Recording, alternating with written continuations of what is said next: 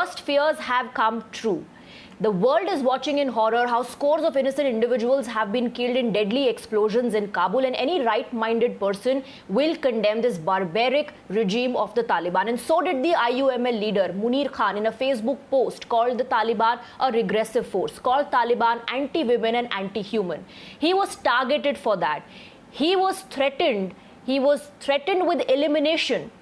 MK Munir was sent a letter in which in detail they spoke about how this is not a post against Taliban but against the entire Muslim community. Let's go across to Mr. Munir, is joining us live on the broadcast. Thank you very much for giving us your time, Mr. Munir. You condemned the barbaric regime of Taliban. You called them anti-women, you called them anti-human, and said they stand for regressive politics, they should be opposed. But you were threatened with a letter, a threat that you and your family will be eliminated? Yeah, I got a letter from an anonymous letter to my house and also to my office at Kodoli, that is my constituency. Both the letters mention about you should remove the FB within 24 hours or you will have to face all the repercussions on this. You and your family is going to be eliminated. And there was a teacher called Joseph whose hand was chopped by some of the extreme elements in Kerala. So in this letter also they are mentioning the same fate will be, you will have also to face the same fate. Mr. Munir, is this letter a proof that there is a set of people here in India who are not just celebrating and welcoming the Taliban regime, but anybody who speaks against them is being painted as an Islamophobe? Yes, I don't think that it's a huge number, but there are some elements who are pro this radicalism. That was there in Kerala also. There were some organization, when I was youth league leader, I have stood against them. I have always said that is not Islam. Islam has not mentioned anywhere about this elimination of who talked against anything against Islam. So here what they have done is they have taken a stand. If somebody talk about, and they define what is Islam.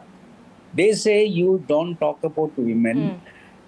We will talk about women and we will ask our women what to do.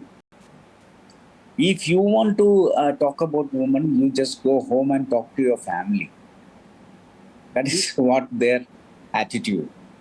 So who has authorized them to talk on behalf of Islam?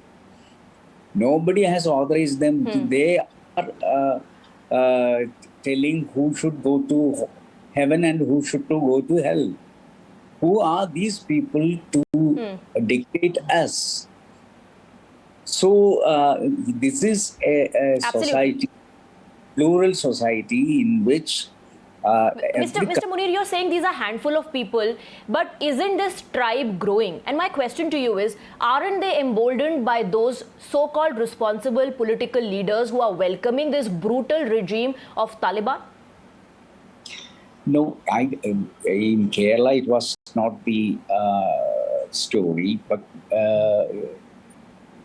if you look at this, when the ISS, an organization which was very extreme, SDPI, who was talking about, who were responsible for the Joseph Master incident, all were attacked from every corner by all the religious leaders and all the political parties stood together. But nowadays, such a forceful stand has not been taken by many of the. So that is Right. Mr. Munir, before I let you go, just one quick question. I want a very brief response to that. You reached out to the Chief Minister and the police chief as well. Did you get any help? Cases registered? the case has been registered, an FIR has been registered, and the police commissioner has talked to me personally, and the SB also talked to me personally. And a response from the minister has come right. that my letter forwarded to DGP. All right, Mr. Munir, thank you very much for giving us your time. That was IUML leader, Mr. Munir, who in fact put out a Facebook post criticizing the Taliban regime, and he was threatened with elimination. With that, we're slipping into a very short break.